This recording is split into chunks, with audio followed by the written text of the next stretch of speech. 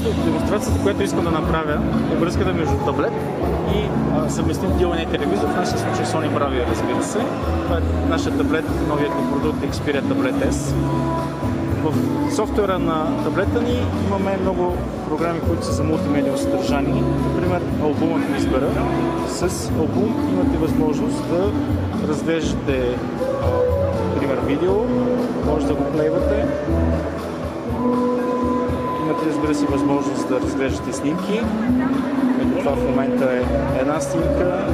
Има заредени доста файлове. И това, което е най-интересно, когато таблетът е свързан с заместимия телевизор, ето тук горе, използвате бутончето Throw, което автоматично избирате въпросния свързан телевизор и ще прехвърли образът към телевизора, ето този в момента.